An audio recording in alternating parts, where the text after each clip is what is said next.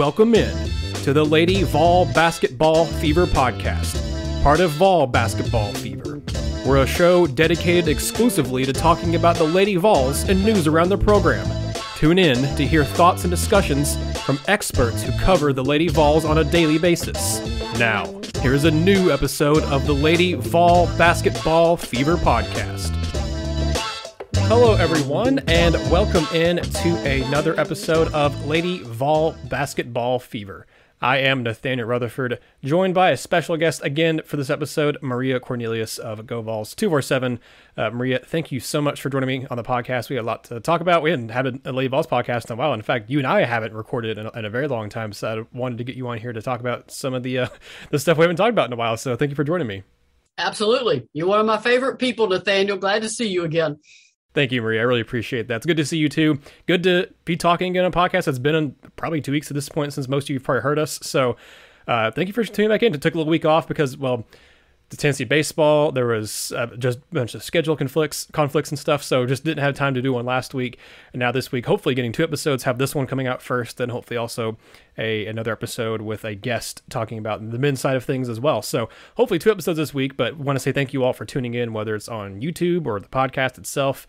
Thank you all so much for listening in, watching, and just supporting the channel, supporting the show, however you do, whether you're subscribing to the YouTube channel or subscribing to the podcast. We really appreciate it. Or following us on Twitter and Facebook at Vol Hoops Fever on Twitter and Vol Basketball Fever on Facebook. So appreciate all the love. Again, just took a week off and hopefully get back into the saddle and getting back into things here mid-June going into July, because the men's team at least are on campus. I know the Lady Vols, I think they're all on campus now too, except for Justine Pissott, who we'll talk about in a second, but she's a little busy overseas right now. But Maria, got a lot we want to talk about. You and I haven't talked since there's been a couple other additions to Lady Vols roster. Just kind of want to talk about the team as a whole with all the additions this offseason. But first, I do want to mention here some, I guess it's more news that came out today. We're recording this on Wednesday, kind of late afternoon, early evening. Lady Vols senior guard Jessie Rennie had surgery yesterday, or surgery, I guess, on Tuesday, according to a release, to address a right knee injury suffered during an off-season workout. According to a release that says that she has begun rehabilitation and currently has no timetable to return to the court. Maria, I hate to ever see any player get hurt, especially in the off-season workout, because it's not like you can get hurt giving effort in a game. But at the same time, though, if you're going to have an injury and hope to return for the season, I guess the offseason is not a bad time to have it. So, I don't want to spend too much time on it. But Jessie Rennie, hopefully it's a quick recovery for her. But, I hate to see that for her as someone who, has had times that has had her role with the Lady Vols over the last few years. And as came in from Australia. So, I mean, she came from about as far overseas as you can to come to the United States to play. So hopefully it's a quick recovery for her. Yes, I mean, I hate that for any player. You especially hate it for a senior going into this season. And hopefully, yes, I mean, the no timetable for return leaves it open as to a possibility that she could. You know how Lady Vol fans are. They don't miss anything. And they were putting out camp photos, of course, this week. And she was wearing a knee brace, and people immediately noticed it. I think there's a whole, like a group of fans that just, they comb over every picture looking for any signs. So just well wishes to Jessie. Absolutely excellent student, excellent teammate, excellent person. Just wish her a speedy recovery and that she gets back on the court as quickly and as safely as she can. Absolutely, 100%. Well, Maria, let's kind of move on to some positive news, because obviously that's a negative for Jessie and for the team. But some positives, again, you and I have not talked since the Lady Vols added a couple more transfers to the roster, and another Jasmine Franklin, another J name. And in fact, I think I can't remember if it was when her or Jillian Hollingshead committed, that you tweeted out that I think it's rule now that everyone who's covering the Lady Vols and who is a Lady Vol fan has to change their first name to a J name, because there's 7 or 8 J names on this team. It feels like Kelly Harper was making it a point to go pick up some Jasmines and Jordans and whatnot for this upcoming season before we get into it too deep. But I thought that was just, I don't think I've ever seen anything like that before. That's funny. It seems like Rick Barnes likes his lefties, and Kelly Harper likes her J names. And John Harper and Joy McCorvey. So you got a couple on the coach's side too. Yeah, you're going to be Nathanael this year covering the Lady Vols. Jaria and Nathanael, I like it. And any other of our listeners can change their names to Patches. To Patches has missed our Zooms, apparently. She wants to get in on the action here. That's fine. We always welcome Patches and any of the animals you have at your house. Our cat is downstairs, so he will not be up here. And I'm sitting at a desk, so he usually won't hop up here either. So, but to go back to the additions, again, it's been a busy offseason to recap who all Tennessee, the Lady Vols have added. You obviously had Jazz Powell, point guard. You have Rakia Jackson. You have Justine Pissott, who is a freshman. She's the only, I guess, like freshman edition. I guess you also can count Edie Darby in there as well. But in terms of ones who are expected to have roles on the playing a lot this year, Justine Pissott is the only true freshman coming in. But you have Jazz Powell and Rakia Jackson as well. Jasmine Franklin, who is a graduate transfer forward. You also have Jillian Hollingshead, who is a sophomore who played freshman season at Georgia, sophomore center on the roster as well. And really, I think, Maria, before we talk about Jillian and the other Jasmine now, Jasmine Franklin, I've lost track. I forgot. I know you probably know off the top of your head. How many former McDonald's All-Americans does that make on the roster now? Because I feel like it's the most the Lady Vols have had in a very, very long time. Because it's at least 3, isn't it? If not 4. I mean, this past year, the only one was Jordan Horston. Right. So you've added Rakia Jackson, who was 1. I believe Jillian was 1. Mm-hmm.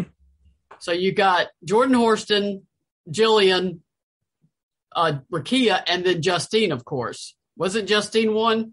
Yeah, yes. I believe she was 1 also. Okay, yeah. You know me, I have always, those are nice awards. That's a great accomplishment. What does it mean when you step on a college court? Absolutely nothing. Mm-hmm. So, but yes, people do, because when Tennessee had 7 or 8, it was like every time you turned around, somebody was saying there are 8 All-Americans, and that narrative had to go away this last year because they only had 1, and of course got to a Sweet 16 without the 1 McDonald's All-American they had, but was also quite a blow to the team. With Jordan Horston, that team, in my opinion, has a very good shot at getting to the Final Four. But that season's over with, and we're ready for a new one. Yeah, and again, Jordan Horston hopefully will be healthy and stay healthy, and the team will hopefully stay healthy, knock on wood, for the entire season this year. But looking specifically at the 2 transfers that we haven't had a chance to talk about, Maria, I've talked with both, I think, Cora Hall and Kellyanne Stitz, both about those 2 newer additions, Jasmine Franklin and Jillian Hollingshead, who I was actually had the privilege of talking to Jillian, I think a week and a half, maybe a week before she had her big going away party down in Georgia, and she talked about that, and I asked her, followed up later on, asked her how it went. She said it went really well, a big turnout, which love to see that, love to hear that for her getting the support in her hometown to follow her to Tennessee. But talking about both those players, they're both unique players in the fact that Jillian has, I think, an extremely high ceiling. She's going to be, to me, the true backup to Tamari Key, or a true, person who can, fill that role when Tamari Key leaves after the season. But also, again, be a key backup for her, maybe even be on the court at the same time, possibly. I mean, we already talked about, even before these 2 new additions, Maria, about how versatile this lineup can be all season. It may not matter who starts, it matters more who finishes, but you can really, it's such a versatile roster and a versatile lineup you can throw out there. You can go big, you can go smaller with, kind of 1 big out there. You just have a lot of versatility out there. But then also you look at Jasmine Franklin, who she isn't getting talked about as much, I think, for maybe a lot of different reasons, because she's coming from a smaller school, because she, again, she didn't come from Mississippi State. She didn't come from Maryland. She wasn't a former McDonald's All-American, but she did play for Kelly Harper at Missouri State. And I think Jasmine Franklin, to me, is going to be a key piece. She has that kind of Alexis Dye role possibly in store for her. So I want to talk about her first, because I think there's already been a lot said about Jillian, and of course we'll talk about Jillian too. But I think Jasmine Franklin, to me, is an intriguing player, because I think she's going to carve out a role. She's a grad transfer who, again, played for Kelly Harper once, now going to play for her again. Kelly Harper knows what to expect from her, and she knows what to expect from Kelly Harper, and what Kelly expects from her team and expects from her players. I don't think that can be undersold, because I always get confused, oversold, undersold, whatever. I think it's important that Jasmine, she comes in already knowing Kelly Harper, and I'm assuming John as well, and knowing the expectations and the barometer that Kelly Harper has for her team and for her players. And also the fact, and she's come off an injury, but the fact that, she was a very productive player at Missouri State too. And again, as a 6'1" forward who, again, is somewhat undersized forward, but I think can play, hopefully, that same kind of rebounding and tenacious role that Alexis Dye did. Again, no players a carbon copy of one another, but she, on paper, she looks like she could fit that role a little bit. I agree. And based on video that they put up when she was here and was with, Kelly and John, Kelly's a legitimate 5'10". And to me, and I realize you can't tell on video, the angle, to me, Jasmine Franklin, when they said 6'1", I'm like, she's every inch of 6'1" and maybe a little bit taller. She committed without even a visit, which of course the familiarity with Kelly makes that much easier. Kelly and John, she committed, based on their communication by, either phone, text, Zoom, however they did the recruitment. And then she and her family took an official visit after she had already signed her paperwork. So she definitely wanted to be here. I think a big factor, too, is that her coach went to Virginia. And this, had she stayed at Missouri State, that would be her third coach. And she perhaps did not want to go to Virginia for her last season. And Tennessee's got an opening. And, Kelly has a plan. She knows how she wants to use her players, how she wants to deploy them, and there's already a trust factor. So all of a sudden, next thing you know, Tennessee's announcing another, or she's, the players announcing another recruitment, and Lady Vol Nation is scrambling to find out, okay, now who have they gotten? So it was one heck of an off season in the transfer portal for Tennessee. I mean, to say I realize you don't win a championship in the transfer portal, but you could certainly pull in championship pieces out of a transfer portal, and Tennessee did that in March and April. Yeah, and to build off more about Jasmine Franklin here, she to me, like, on paper fits. I mean, of course, again, you look at the fact that she played for Kelly Harper, so I mean, it's like a duh. She fits the Kelly Harper bill, but she to me fits not just the Kelly Harper like bill to a T, but also what Lady Vols are known for. Especially the really good ones. She is an excellent rebounder, and she can score, but she just seems like she does really well on defense and does really, really well at grabbing boards, because obviously she was the MVC, the Missouri Valley Conference Defensive Player of the Year in the 2020-2021 season, all defensive team as well. She was a first team all MVC on 2 seasons, and she would have been last year too if not for her injury. She only ended up playing 11 games last season before a knee injury ended her season. But before that, I think she was the leading rebounder in the NCAA. She was at least one of them, because she was averaging basically 15 points and 12 rebounds a game, and averaging 2.5 blocks and almost 2 steals a game as well in the 11 games before she ended up suffering that season-ending injury.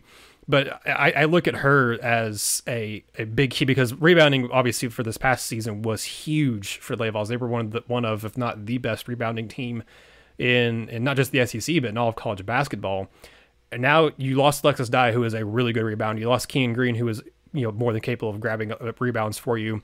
But you returned to Maria Key, you returned Jordan Horston, who both are, obviously very good at getting rebounds. Horston was at one point leading the team in points, assists, and rebounds. And of course, Tamari Key, I'm very interested to see what another offseason does for her and her ability to rebound and even be an even better defender than she already is. But then you throw in the fact that you have someone from Missouri State who played for Kelly Harper, who had an average of 11 points, 9 rebounds, and almost a block and a half in her career in her 102 games there. I didn't think the defense from last year could get any better, Maria. Looking at who they've added this year and the fact that they didn't really lose, they lost some key players, obviously with Ray Burrell and Kean Green, being gone from the team last year. But look at who they brought in, look at who they returned. I already thought the defense last year was elite and one of the best in the country. This could end up being the best defense in all of women's college basketball next season. I don't, again, we'll have to see how it translates on the court. But the other people you brought in with Jillian and Rakia and Jazz, they aren't slouches on defense either. And again, you return Tamari Key, who was your career block leader already.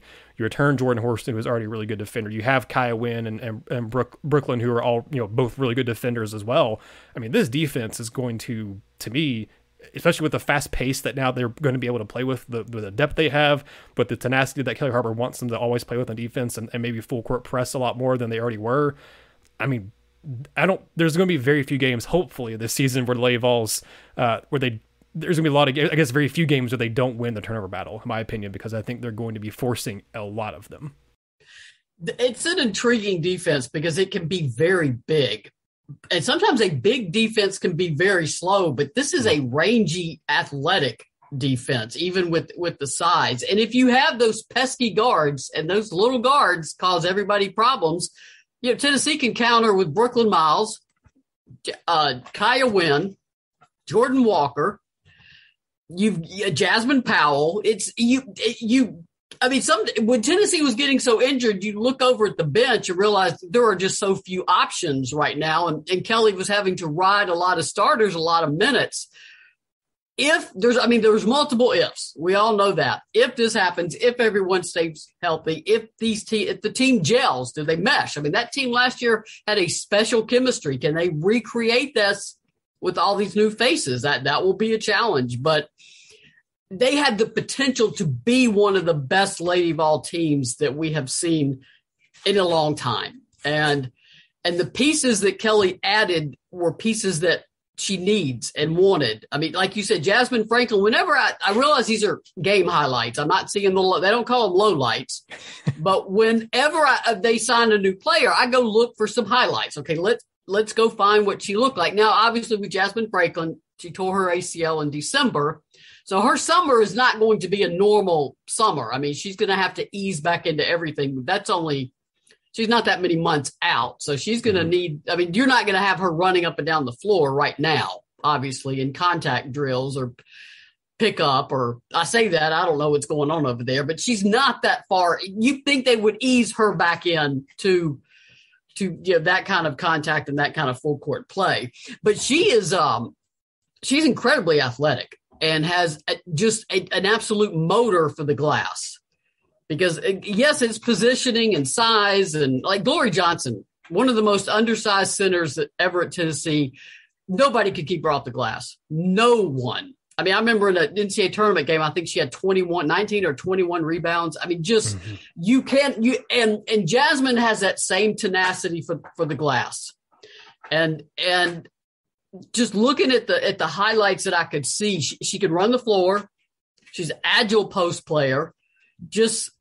She's capable of defending in the paint, which is very hard to do. Mm-hmm. So hopefully everything progresses with her rehab, and she is ready to go, or nearly ready to go in the fall for when practice starts for real. Right now, you know how it is. It's drills, it's workouts, it's weights, it's running, it's conditioning. You're not going through a 2-hour practice right now. You just can't. But there's a lot, all that team chemistry, team building. There's a great core because of the seniors, the juniors and seniors who stayed. There was a tremendous core for these newcomers. When they came in, they came in during the people that are juniors and seniors now came in through a lot of, upheaval and a lot of turnover. And these kids have established a core veteran group that can guide the young players along. Justine Pissott, can she contribute right away? Absolutely. Does she have to? Not on this team. And as a freshman, sometimes you can get thrown in too quickly and it can hinder your development. And Justine, can she earn minutes? Absolutely.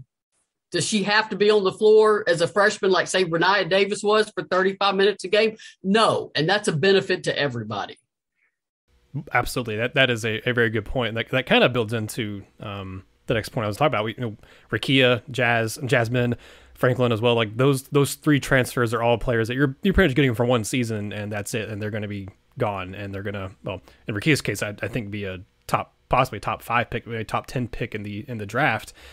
But the one other move, the other transfer that was brought in with Jillian, that's as much of a move that's, I think, important for this season, but that's a move also for the future. I mean, that is a move that I think she has a big impact on this season, but I don't think it, I think it's so important to look at the impact not only that she can have and, as a sophomore in her first year at Tennessee, but as much as, again, that she, it's a move for what she can do this year. And as her her first season, at Tennessee and her second season in college, I think it's even as more important possibly that, what she can do for the future, because again, Tamari Key is going to be gone after this year. Jillian, I think, is going to be the starter of the future for Tennessee at that center position. I think, again, as important as she's going to be as a probably more than likely a piece off the bench for most of this year. Again, maybe she starts, I don't know, but I'll be very intrigued to see the rotations that happen for the Lady Vols this year. But I think it's going to be really hard to keep her out of the starting lineup next year when Tamari Key and Jordan Horston and a lot of these players are gone. And you have next year's roster is going to be, I guess, next season, however you want to look at it, the 23-24 season, that roster is going to be interesting because you're losing a lot from this season. You're losing a ton of players that, either have been here for, already 3-4 years, or you got in as transfers. Jillian, more than likely is going to be here in the 23 season and is going to be a key piece for that 23-24 season. But again, I'm not looking too far ahead, but I want to look at her impact for this year too, because I think she'll have a pretty big one this year, Maria, but I don't know, is it going to be not from a leadership standpoint, but from on the court, will it be like a Kean Green type of impact, or maybe even more than that? Because again, I think her biggest impact is yet to come, but I think she's going to play a pivotal role in this team this year. And I think she's going to be someone that I think, from my interviewing her, and hopefully those who have watched my interview and listened to the interview with her, I think she's going to be someone Lady Vol fans are going to just love and fall in love with, because she is a very, giving person. She gives so much to other people, to the community, and I think she's going to fit in very, very well with the Knoxville community. But again, that's off the court. I think again, she'll find a home in Knoxville. I think a second home away from home, and I think really fall in love with the Knoxville community. I think they'll embrace her. But on the court, I definitely think that she has a pretty big role this season. Assuming that she can stay healthy and everything too, because she's had injury problems as well. So hopefully injuries aren't a big issue for this team this year, like it has been Kelly Harper's first few years on campus, unfortunately. Yeah. I mean, Jillian, obviously you talked to her. I wrote about her. Her backstory, that losing her mother when she was 12. And yet she that was brutal. I mean, her mother was her life, everything, her coach, her mother, and her, her confidant, the person she always wanted to be with. And her aunt, of course, took her in and has raised her. They are very close. And you're right. She has a aura about her. She is very engaging, very giving. She almost reminded me, I'm not comparing skill set because, one, they're not similar players, but she had almost a Tamika Catchings kind of presence talking to her. And I agree with you. She has already embraced Tennessee, and I think Tennessee fans are going to embrace her. A funny thing, when they kept, obviously tracking recruiting, how difficult it is. You're hearing a lot of names. You're trying to track a lot of names. There were more people wanting to come to Tennessee than the Lady Vols had scholarships for. And I was hearing names, and a friend of mine that I talked to recruiting about over at the Ball Out, he was laughing because he would tell me another name he'd heard. I'm like, that's great. You know what Tennessee needs? Tennessee needs a damn post. It just became my saying. And when Jillian committed, he called me up. He goes, Tennessee got your damn post. I said, I know. I have been saying that over and over. I've seen guards, forwards. That's great. I love you guards. I love you forwards. There is no true center on this team behind Tamari Key. Tennessee needs a post. And boom. They get Jillian Hollingshead, one of the best post players in the country. Yes, she played through some knee pain, had some swelling, had to take off for several weeks in the season, came back for the NCAA tournament, played well, had offseason surgery to clean up the knee. So same thing. Kelly's already said, we're going to ease her in, ease Jasmine Franklin in, push them, but not do anything to set them back on their course to getting better. But she has the potential, like you said, you could go big. You could put Tamari and Jillian inside, and then God help you if you're driving into the pain. You just don't. I mean, don't. Or you could, bring, have Jillian and Tamari, playing the same position. That way Tamari doesn't have to go 35 minutes a game. That is hard for a post player. One, you run the longest way. Mm-hmm. You got to go end to end, and it's combat guarding in the paint. So they could spell each other, but you could also have them on the floor at the same time. She is a legitimate 6'5" too. That's not an elevated height for her. And I think she's going to buy into this culture very quickly. I think she wants a family atmosphere. She wants accountability, and she wants to win. This is somebody, and she's already overcome what nobody her age should have to overcome, and thrived and become just a caring, compassionate person. So you're excited about all of them, but that one fulfilled is, I kept telling my friend, Tennessee needs a post. I love all these names I'm hearing. The great players, they're not post players. You have answered that question of when Tamari Key graduates, assuming that she doesn't want to take that 5th year, who is going to play center?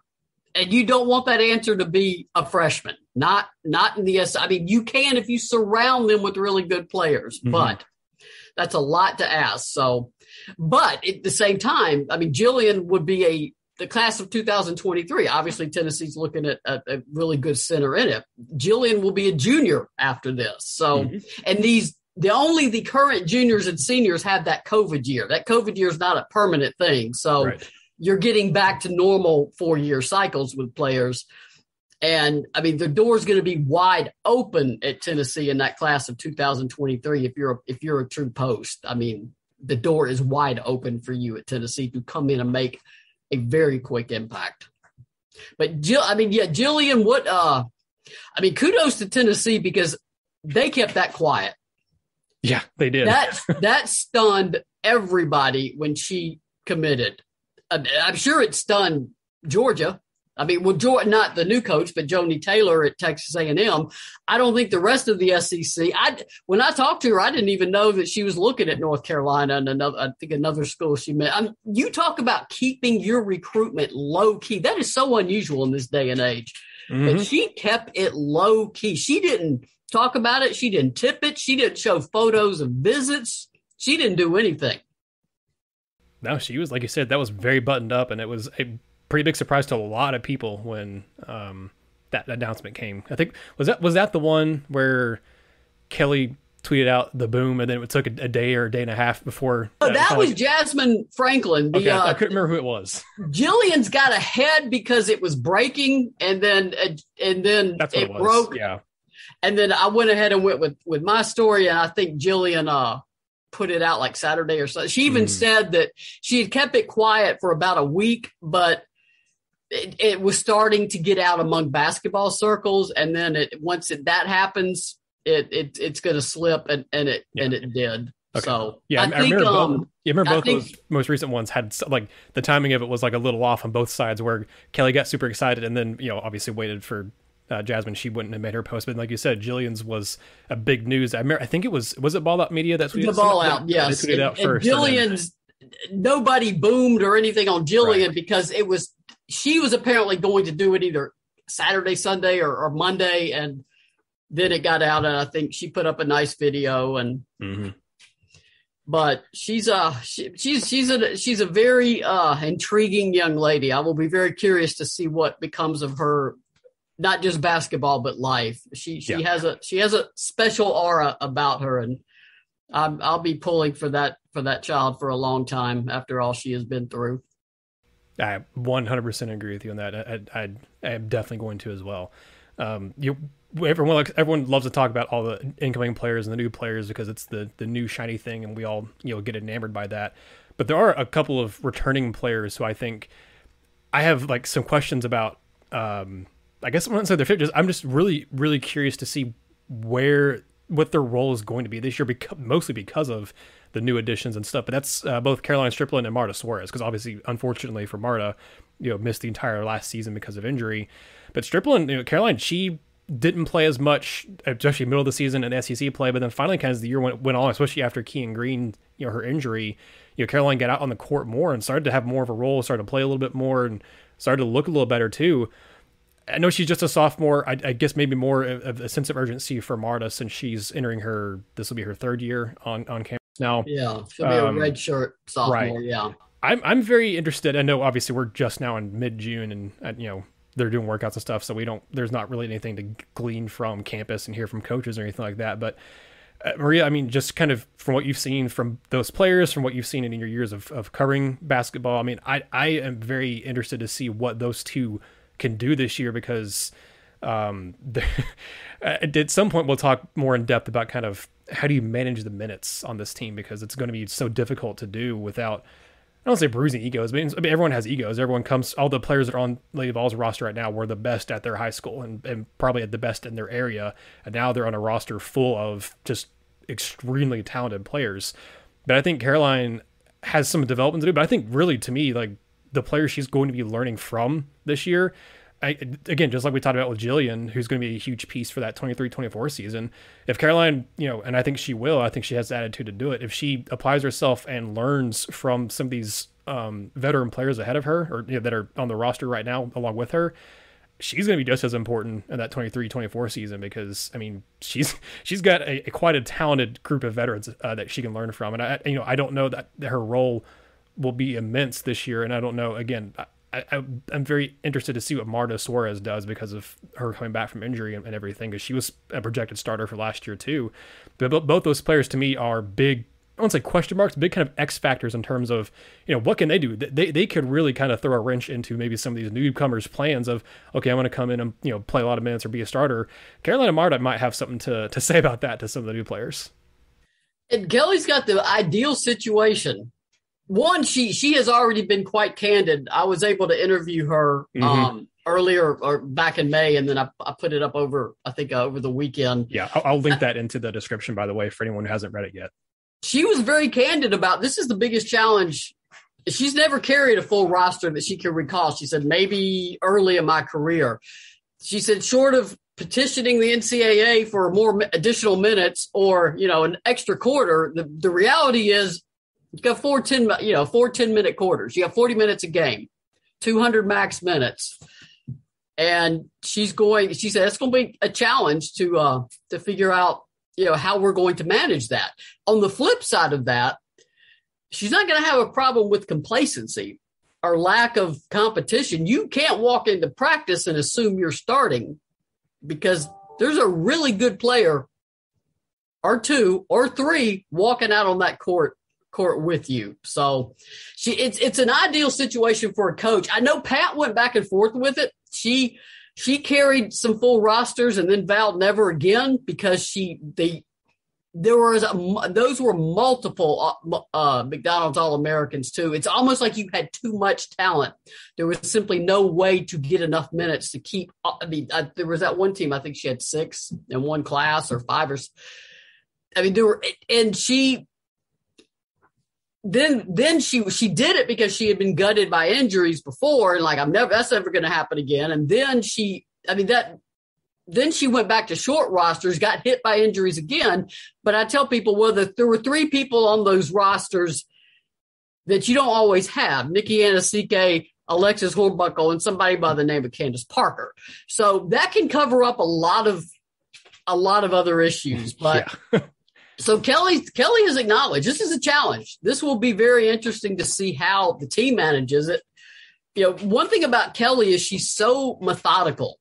She plans out what she wants to do and what she's going to do, and she will play a deep bench. I know I told fans who complained to me at Twitter when she starts subbing in the first half. I'm like, you can complain all you want. It's not going to change. I said, I don't mind you complaining to me, but it's not ever this. Kelly will play a deep bench. She will play a deep rotation. So it's not like she's relied on 6 or 7 players throughout her career. So she does know how to keep a team engaged.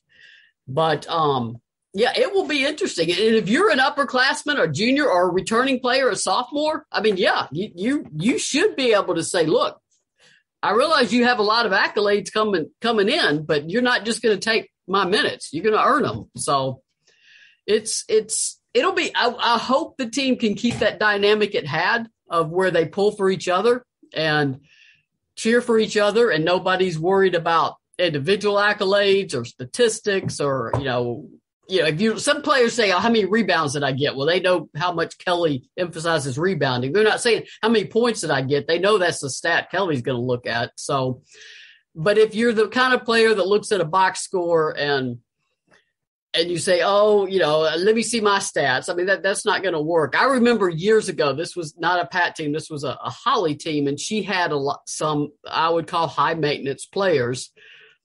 And the media started calling three players the big three. I don't know how we came up with that. I don't remember which three it was. Well, apparently that caused some locker room rift with why they don't think the rest of us are big. And I'm like, oh, this is a red flag for me for this team. Don't pay attention to what some cute little names that the media comes up with or something. We're not. And that same team, I don't remember exactly which one it was upset because Tennessee kept sending the same people to the press conference, and I had to explain, no, we asked for the players. Tennessee sends who we asked for. So then I guess they just had to get mad at us, not the coaches. So if you got a team that's immature and doesn't react well to discipline or accountability, it can cause problems. But I mean, Kelly vets these players so much. And obviously she had recruited Jillian. That was a player she wanted out of high school, and she couldn't visit because of the pandemic. Obviously, as you pointed out, she already knows Jasmine Franklin. She's got a solid relationship now with her juniors and seniors. She's been here. This will be her fourth season. And the one player I think will be more motivated than ever will be Jordan Horston. Oh, yeah. Taking basketball away from her legitimately because she dislocated and fractured her elbow. I mean, just about, torpedoed that kid. I mean, to not be on the court was killing her. And she apparently won't leave the court now. I mean, she's constantly working out in the gym, running camps. She is someone who already loved basketball. And if she could possibly love it even more, she does now by having it taken away from her with that injury. So that is one highly motivated senior going into this season. Yeah, she didn't need the reminder, but sometimes you don't even know how much you love something until it's taken away from you. And I think that even, like you said, she already loved basketball. And I think having it taken away from her just made her even more appreciative of it. And as if she needed more drive and more motivation to get better, Maria. So that's, again, I mean, you talk about, Candace Parker covering up, a world of hurt for your team. I don't think, Jordan Horston is not Candace Parker, but Jordan Horston is an exceptional basketball player. And as if she needed more motivation to go become more exceptional. So I'd love to hear that. Hated that how her season ended last year, but if it means that she's going to be even better this year and it motivates her to help maybe take Lady Vols to their first Final Four in well over a decade, then it'll be worth it in the long run for her and for the program. But one person we haven't talked about a whole lot, and she's kind of until recently, she kind of gotten, I wouldn't say forgotten about, but kind of, not talked about as much because of all the newcomers coming in, the transfers. But that is 5-star Justine Pissott, who, again, McDonald's All-American, and is now playing overseas in Argentina for the USA basketball team, which is really cool. Playing over there for the FIBA Under-18 Women's Americas Championship in Buenos Aires, Argentina. Not only is she playing over there, Maria, but in the first two games that she's played, she's been playing pretty good. 7 points, 2 boards, and I think 2 assists or 2 blocks in the first game. But in the second game, when they played Puerto Rico, she had 13 points. She had 7 rebounds, 6 assists, 2 steals, and a block. Was 3 of 9 from 3, and I think 5 of 13 overall from the floor. So made some threes, not bad at all. Had a plus minus of plus 34, and I think an efficiency rating of plus 19, which is I think it was the second best in both of those for the team. Kelly, that will get Kelly's attention. Yeah, absolutely. But I mean, in just 21 minutes, getting 7 boards, 13 points, and 6 assists. I mean, that's, again, talk about Jordan Horston doing everything. That's doing everything. That is, putting up double-digit points. That is grabbing 7 rebounds. That is dishing out 6 assists in just 21 minutes. Again, you take a lot of this stuff with a grain of salt because it's, they're playing with players they haven't really played with before. That's a bunch of exhibition stuff. It's not always the case, but sometimes it's a lot about more, hey, this is, I guess maybe more in those AAU type things where it's more like hey, it's a me versus everybody else type of thing. This one is probably more of a team theme because it's not really televised as much, and it's your country playing against other countries.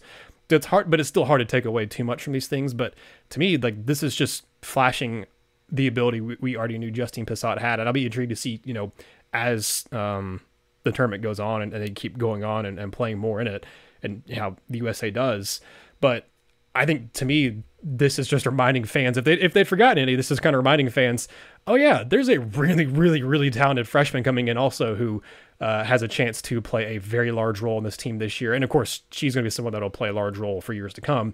But, I think we've all gotten caught up in maybe the Rakia Jackson coming in, the Jazz Powell coming in, the Jillian coming in, the returning of Tamari and Jordan Horston and Jordan Walker and all the other, and the rising freshmen coming in, they're now sophomores, all those players coming back and all that stuff. But I think Justine I wouldn't say she's gotten forgotten, but I think she's maybe not gotten the attention she would have in years past because of all the other big time additions.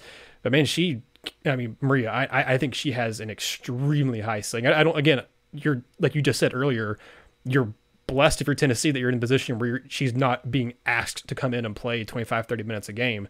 But in years past, she would have been asked to do that, and I think she would have been a very productive freshman at 25, 30 minutes per game as well. But hopefully this is better for her long term, that she doesn't have to do that. Hopefully this year, maybe she earns that type of minutes, but that she's not being to where you just have to do that for her like you had to do with Renaya and Jordan Horston because you didn't have anybody else. In this case, you have other players, so if she's playing those minutes, she's earning them, not just because she has to do it.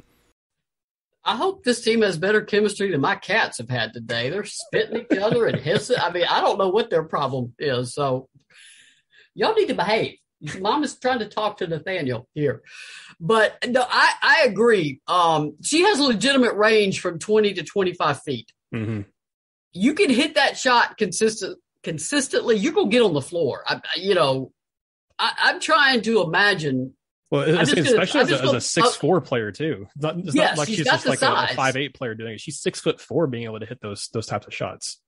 I'm imagining. because Kelly can put different lineups out there. I'm just going to throw out 4 or 5. I'll throw out 5 names. I'm not predicting a starting 5 because there's no. I'm not even going to try. But let's say in some scheme, some deployed 5 that Kelly has. You're the defense. You're set up, and you look up.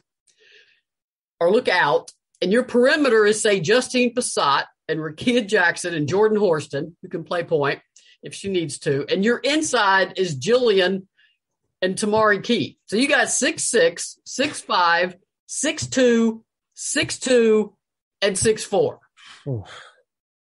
Now, that that is a lineup you could use at times. I mean, do you want a true point guard on the floor? Yes, that's why you went and got Jasmine Powell. This will allow Jordan Walker to play more off the ball where she's better suited. And Jordan Walker is a tough kid. She showed that over and over and over again. I mean, Kelly's got a lot of players you're going to have trouble keeping off the floor. And she's got a lot of options at her disposal. But I was just thinking, if you went really big, Tennessee could go 6'6", 6'5", 6'3", 6'2", 6'4". What is Rakia, 6'2"? So she's 6'1" or 6'2", somewhere around there. Okay, yeah. so 2 6'2s, and Jordan Horston is a legitimate 6'2", so is Rakia. Justine's a legitimate 6'4". I mean, if Tennessee's on, really locked in and on, they are going to be very, very hard to beat. Now, can they get tripped up? Absolutely. Mm-hmm. South Carolina got tripped up at Missouri, of all places. That is a very hard to go undefeated in women's college basketball, men's, all of it. Very, very hard. Will adversity come? Absolutely. How are you going to deal with that? There's all kinds of unanswered questions, but Tennessee's in uncharted water right now. You are a favorite to get to the Final Four. That has not been the case in a long, long time. How are you going to deal with that? Rakia Jackson, we're talking about motivated players. She has yet to. This is one of the best players in the country. What was she? Top 5 coming out of Detroit. I'll look it up, but yeah, she was very highly rated coming out. She has not played in an NCAA tournament yet. Mm-hmm. Yeah, when I talked to her, that was one of the things she mentioned, was that she wants to get on an NCAA tournament court. That was like one of the big reasons she chose coming to Tennessee. You talk about a motivated player. Just especially once she gets to postseason, and and skilled. I remember seeing her as a freshman when Mississippi State played at Tennessee, and I'm like, my goodness, who is this freshman? I'd heard of her, of course, because Tennessee recruited her, but I had not seen her play. And I just was like, this is one of the most talented players I've seen in a long time on any team. She's one of those players you couldn't help but watch. So she can play. I mean, what was she averaging 20 points a game for Mississippi State this season before she departed? Something like that. Close to that, if not that. Yeah, I think she was leading the SEC in scoring. Yeah, she was averaged in SEC leading 20.3 points per game, as well as almost 7 rebounds per game and a block and a half in 15 games this year before she entered the transfer portal. And it wasn't like she was the only talented player on that team. You had the Hayes sisters there too. So I mean, it was not like she was carrying a team. She had help, and she was still averaging 20.3 points a game. Yeah, and to go back to answer your earlier question was, yes, on ESPNW, she was the number 5 overall player, number 2 wing, and then in Prospect Nation, she was number 3 overall and the number 2 wing. So yeah, a consensus top 5 prospect coming out of high school from Detroit. And then she departed as Detroit Edison's all-time leading scorer with 1,771 points in 4 seasons. She was a 2-time Gatorade Michigan Player of the Year. The Michigan Miss Basketball in 2019 as well, and of course the McDonald's All-American. So I mean, she had about as storied of a high school career as you could have. But like you said, she's had a very, very good college career too, but has not been able to play in an NCAA tournament game. And that's, again, when I talked to her, I remember that. Yeah, you saying that sparked my memory of our conversation I had with her. That was a big reason she chose Tennessee, was because but better place to go to the NCAA tournament than come to Tennessee, where they've literally never missed one. So that's a pretty good choice for her. But Maria, one of the other reasons, really the main reason I thought of you and wanted to get you on for an episode this week was Tuesday was Pat Summitt's birthday. She would have been 70 if she was still here with us. Unfortunately, not here with us. But I thought the outpouring of love for Pat on Tuesday was very touching to see, from the rock being painted. I don't know if it was known who did that. I didn't see it. So if someone wants to tweet at me and let me know if they knew who painted it, that'd be great. But that rock was painted as a big commemoration to her. There's just an outpouring of love, obviously, from every year there always is, but just with it being her 70th, of course Kelly Harper tweeted things out, but there's just everyone was tweeting out different love and respect and just a bunch of different stuff for Pat on what would have been her 70th birthday on Tuesday. But I wanted to bring you on, Maria, because who better to bring on the show to talk about Pat and share some Pat stories, because there are tons of them. And I was telling you before we record, I'm sure you have plenty that I have not heard, because I've heard a few you've told, but you and I have only been talking really, since I've been doing this podcast. So I've not heard a ton of Pat stories from you, but I know there's plenty. If you guys are watching on YouTube, please share them in the comments below. I'm not. This is just me kind of pandering for engagement. I legitimately would love to read any Pat Summitt stories, whether you're at a game or you met her, in person off the court or anything. If you didn't have to meet her personally, just anything you may have seen from her or a life lesson you learned from her, I would love for you to comment and let us know and share that. And I'll send them to Maria too, because there's so many great Pat stories out there. But Maria, I would love to hear. It doesn't have to be anything phenomenal, doesn't have to be anything you haven't told before. If it's just a favorite story you have, I don't. It doesn't matter to me. There is no such thing as a bad Pat Summitt story, in my opinion. Have I ever? I mean, I've told so many in different places. I don't think I've ever talked on this show about how something I said to Pat ended up getting Kamiko Williams thrown out of practice. No, I don't think you've said that one. Yeah, here. I had Kamiko when I was doing Lady Vol interviews during the pandemic online, just for engagement with people. I had Kamiko on, and I apologized to her. Told her it was my fault that it happened. I think it was her junior year. It wasn't her senior. I think it was her junior year. And Kamiko was a free spirit, incredibly talented young woman, coaching now, but an incredibly free spirit, and used to drive Pat insane because, she was one of those players constantly fidgeting and moving. And also, but one of the most, she was one of the best guards Tennessee had during that time period, and athletic as could be. I remember when they played Baylor, when Baylor was just, it was after Brittany Griner left, but they went up there to to play Baylor, and Baylor was just loaded with talent and was just absolutely punishing Tennessee and Waco. And she put Kamiko in, and Kamiko changed the flow of the game. They weren't going to win the game, but she was as athletic as Baylor's guards, and they couldn't do anything with her. She could counter punch what they were doing. And I'm like, boy, Tennessee needs more players like Kamiko, because she is not backing down from this environment. She was an Army brat too. She lived all over the world. So, but she could drive Pat insane with just what Pat saw was a lack of focus. And this was when practice was open, and we're sitting on the baseline before we go sit in the stands, because Pat would come over and talk to us.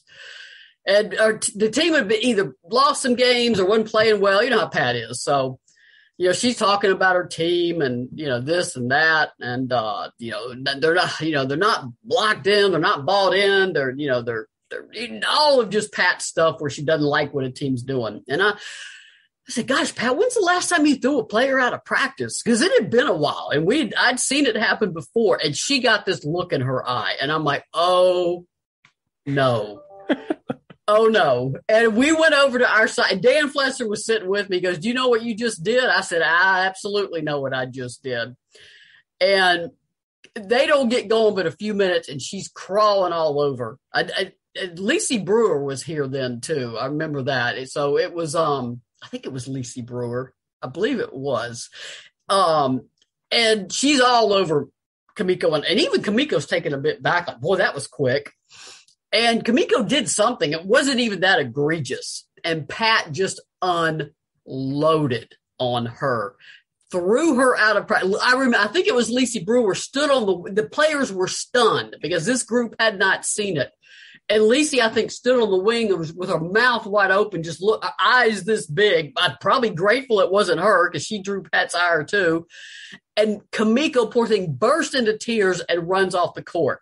Well, Shauna Zolman happens to be in town. She had come back. I think she was rehabbing an injury, and she runs after Kamiko to the locker room to go console, because Shauna had seen it. Shauna's group they had people tossed out of practice, so she had been through it.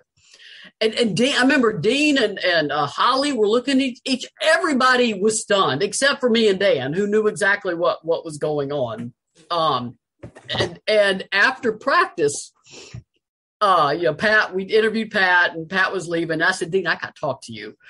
I said, this is what happened. And you know how Dean is, very expressive. His face like, oh, he goes, now it makes sense. Holly and I were looking at each other like, she didn't even do anything. Why did she get thrown out of practice? I mean, and I said, I am very sorry. That was not my intent.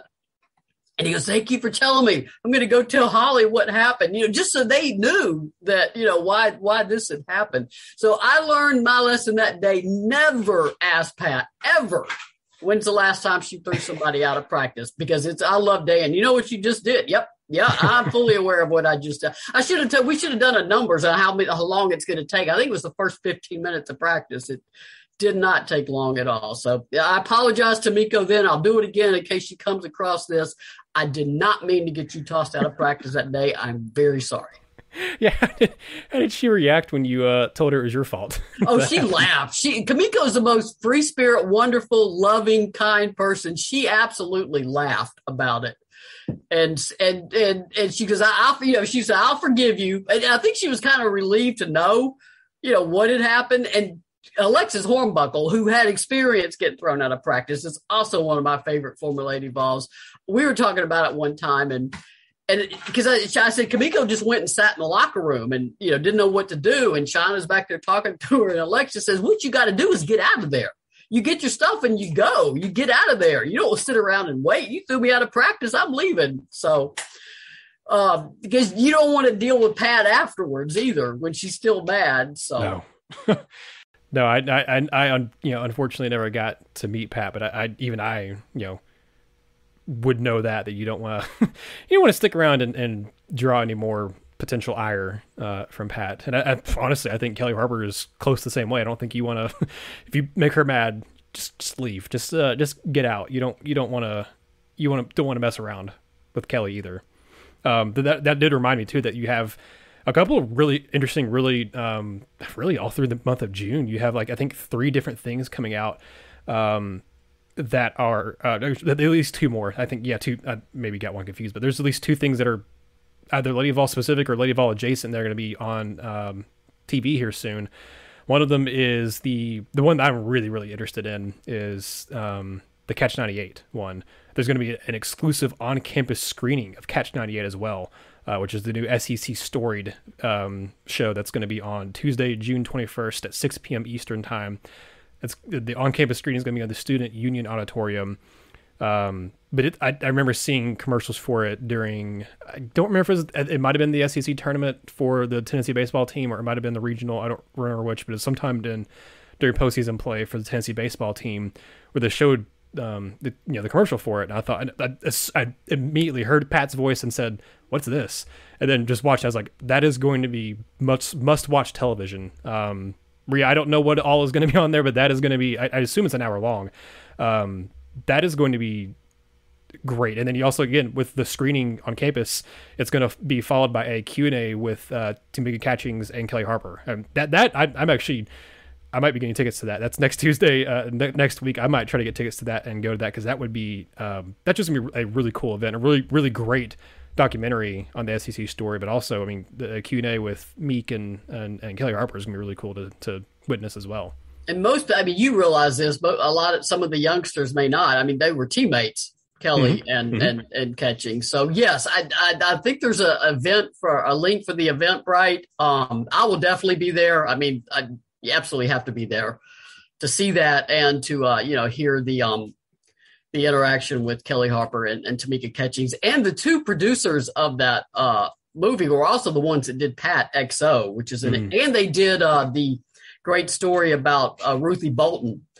They have a track record of doing incredible documentaries. So they are two very skilled storytellers and producers. So I'm glad you brought that up, because that is coming up. That is actually next Tuesday, was the 21st, if I am doing the math correctly. Yeah, and I think actually the show is going to be at 7 p.m. Eastern. I think that what the thing is, like, gates or whatever opening at 6 p.m. Eastern on campus. So the schedule about the event on Tuesday, June 21st is 6 p.m. is the pre-reception, 7 p.m. is the screening, and then 8 p.m. is the post-film Q&A. So that's the actual schedule on June 21st if you are wanting to go on campus. And just like with the story that Maria did with Kelly Harper, I'll also put a link in the description, both the YouTube and the podcast, for links to the tickets for this as well. So from 6 to 9 on Tuesday, June 21st, that's going to be a really cool event. The other one I was going to mention too, also the season tickets are now on sale for Lady Vols, so that's another thing. But also the other one that's coming up is where's that, tonight? No, it's very soon. Oh yeah, it is tonight. So as we're recording this, it's actually, I think, on right now, possibly. But that is Dream On, which is the newest 30 for 30, which spotlights the 1996. Yeah, it's out at 8 p.m. Eastern. So as you and I are talking right now, Maria, it's currently on TV. But it's the Dream On, the 30 for 30 about the 1996 women's dream team. One of the things is, if this team didn't exist, would there be a WNBA? Which I think that's a very good question, and a question that I don't know that the answer is. I think that's I think the answer is no. Yeah, I was around then. That team captivated everyone. Mm-hmm. I think that team I think Andrea Carter, with her role at ESPN, was involved in helping produce that. So former Lady Vols everywhere. I love it. They're very accomplished young ladies, and I love to see people like Tamika Catchings and Andrea Carter doing well. Yeah, by the way, it's streaming tonight. It's on air tonight as we're recording this, but also it'll be streaming on ESPN Plus. So I wonder if it'll be something maybe on Disney Plus you can watch. I don't know if there's probably an archive somewhere for the 30 for 30, but I think I've got the DVR set. So yeah, if you're not recording it, I'm sure it'll come on as a replay sometime later on as well. But Maria, thank you so much for coming on here. It's been wonderful. I wish I had Pat's story to share.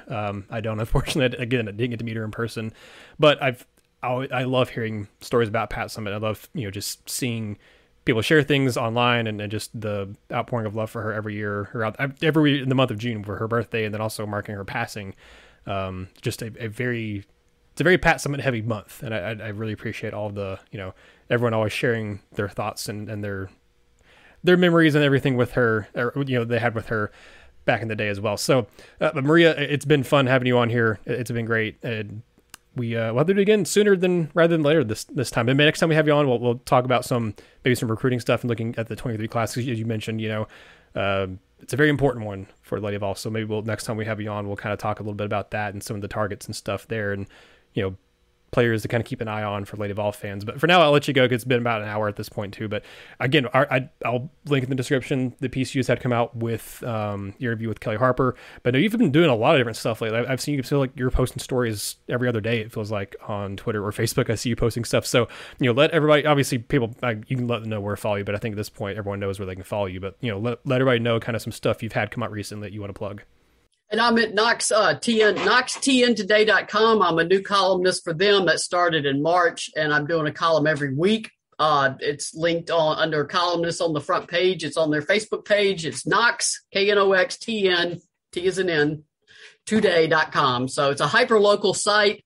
The editor is a local longtime journalist here who wanted Lady Vols coverage, and somebody suggested, hey, you should probably contact me. So I said, sure. And so that's another place that I get to write every week about. It's a column, so those are kind of fun. There's reporting, but it's also you being able to put your opinion out there and stuff. And so always a pleasure to talk to you, Nathanael. When you need me back on, you know how to find me. And if I don't answer right away, shoot me another text and I'll answer that one. So don't ever give up. Well, thank you, Maria. Thank you very much. And thank you to all of you who watched or listened to this episode or have watched and listened in the past. And again, we're in the off season right now, but it's a very important off season. It's one that's going to build up a lot of hype for the Lady Vols. And again, month of June, it just seems like a really cool Lady Vol month because of all the stuff with Pat and just all the different stuff, especially this month with Catch 98 coming out and everything too. And with Justine being over in Buenos Aires. Like it's a really cool time right now with a lot of excitement for a season that'll hopefully be the best season we've seen in a very long time for Tennessee. But again, thank you all so much for tuning in, whether it's on YouTube or listening on your podcast app of choice. We really appreciate it. Subscribe both to the YouTube channel and the podcast if you haven't already. And again, go check out Maria's work, and I'll put the links in the description to her piece and also for the Eventbrite, the tickets for the June 21st Catch 98 screening on campus. But signing off for Maria, I'm Nathanael, and this has been another episode of Lady Vol Basketball Fever.